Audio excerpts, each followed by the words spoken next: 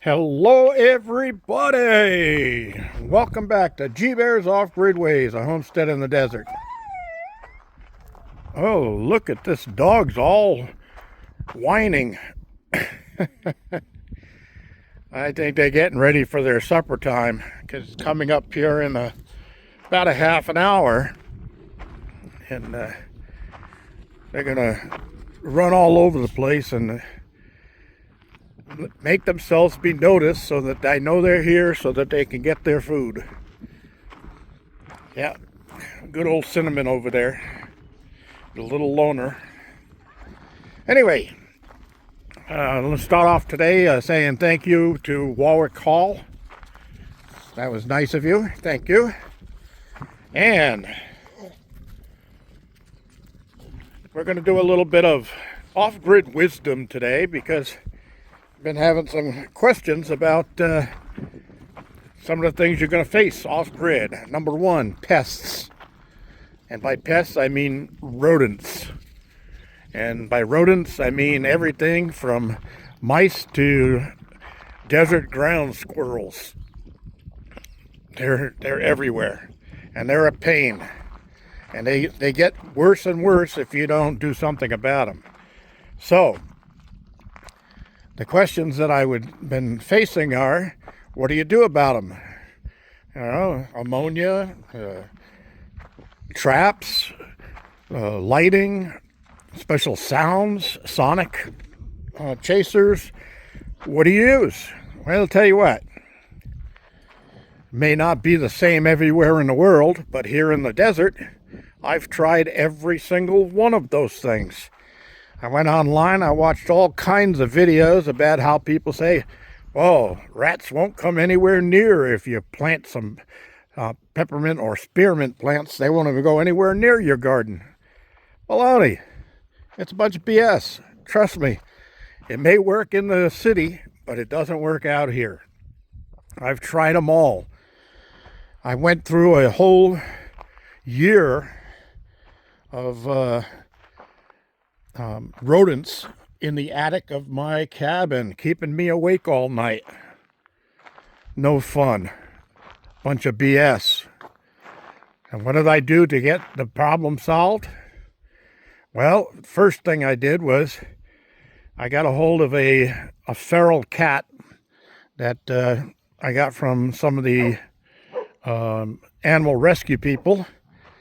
And I had Tomcat here for well over a year, and he disappeared after the dogs showed up, and never saw any signs of him being attacked or killed or anything like that on the property. So I think he just decided that there were just too many dogs around here, so he moved on to somebody else's place.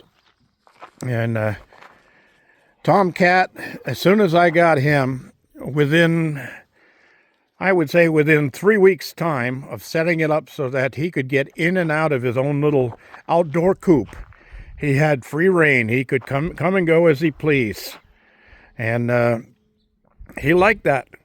I would put food in there for him. I'd put water in there for him. And I set it up so he had to jump up and take some different little tracks up high to get into a small door in the back that went in a corridor that zigzagged into his coop. And that meant no coyotes or anything like that could follow him in there. He had a safe haven where he could hide if he had to. And he did. I would see him in there sometime looking out the window on his door at the dogs outside. And then when the dogs were all doing something else and not paying attention, he could scoot out the backside and run across the tops of this coop and get out the backside and go do his thing. But that stopped all of the problem with the rodents.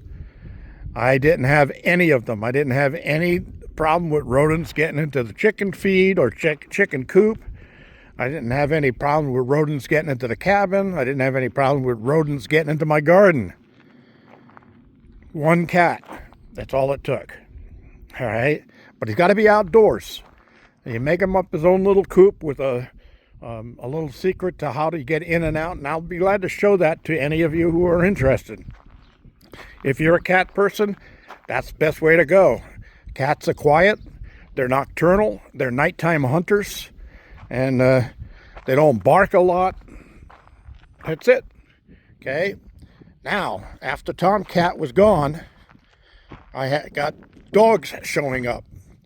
And when the dogs showed up, they took over the pest problem. So if they see a squirrel or a rat or a mouse or anything like that, the whole pack takes off after them silently.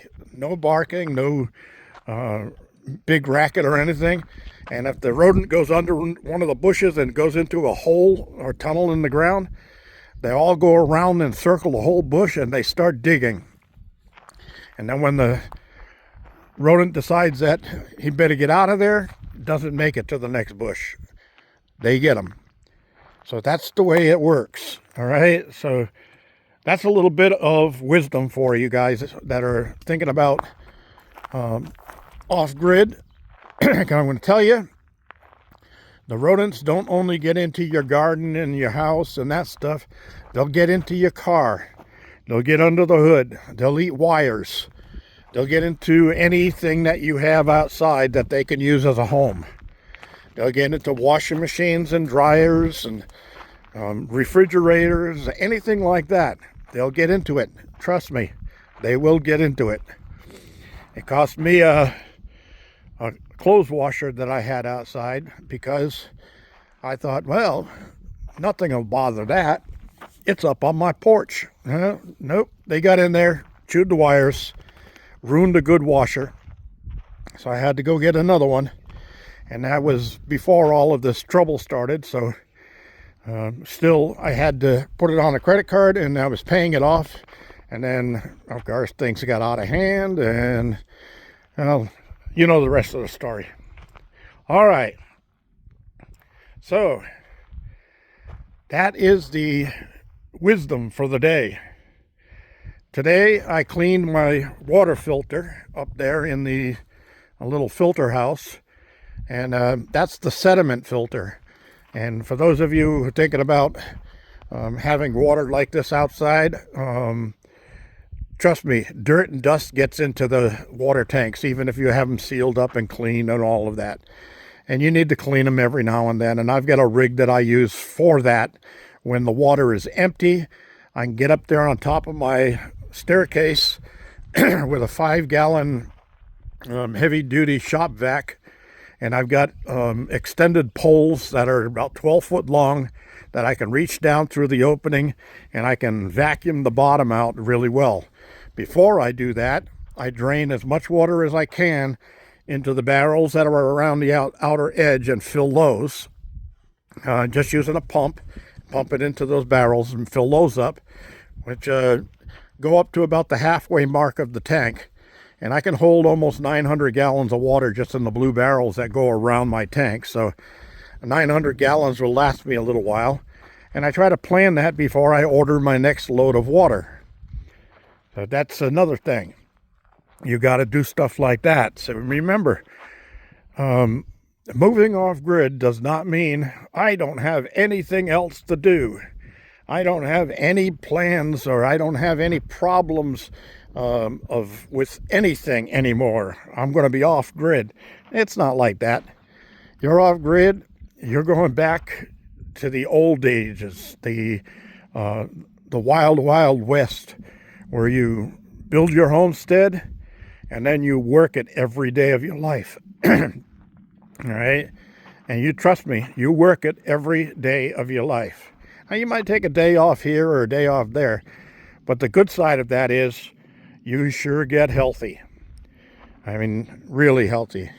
I very seldom ever get sick since I moved out here, and I'm getting ready to start my 10th year out here, and I don't get sick anymore. I don't get colds and flus and that kind of stuff. And yes, I do go into town, but I don't spend a lot of time in town, and I don't spend a lot of time associating with people from town. So I do like the healthy part of that. Now, let's see. What's next on it? Oh yeah, I said cleaning the filters and that stuff. So we got through that.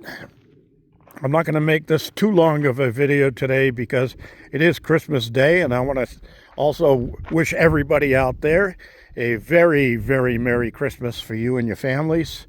I hope you all had a great time, and not really into the gift-giving thing for Christmas. To me, that's not what Christmas is about. So without pushing my beliefs of things on other people, and I'm just going to say that and let it ride at that. All right. So in order to close this video off for today, I got a couple of other words of wisdom.